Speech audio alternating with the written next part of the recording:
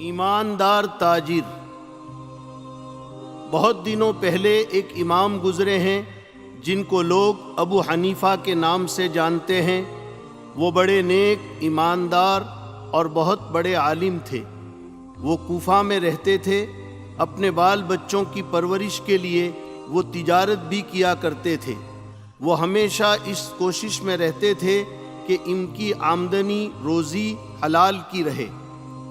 ایک مرتبہ ایسا ہوا کہ انہوں نے اپنے ایک دوست کو کپڑے کے تھان دیے کہ جاؤ اسے بازار میں بیچ کر آؤ، لیکن ساتھ ساتھ یہ بھی کہا اس میں ایک تھان کے اندر کچھ خرابی ہے، جب تم اسے بیچو تو اس کی خرابی بھی بتا دینا۔ ان کے دوست کپڑوں کے یہ تھان بازار میں لے گئے۔ ایک آدمی آیا اور اس نے تمام تھان خرید لیے، لیکن وہ اس خراب تھان کے بارے میں بتانا بھول گئے۔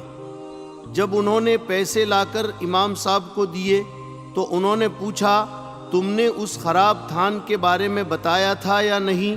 وہ بولے میں تو بھول گیا۔ تو امام صاحب نے وہ سب روپے ان کو دے کر کہا کہ جاؤ یہ سب صدقہ کر دو۔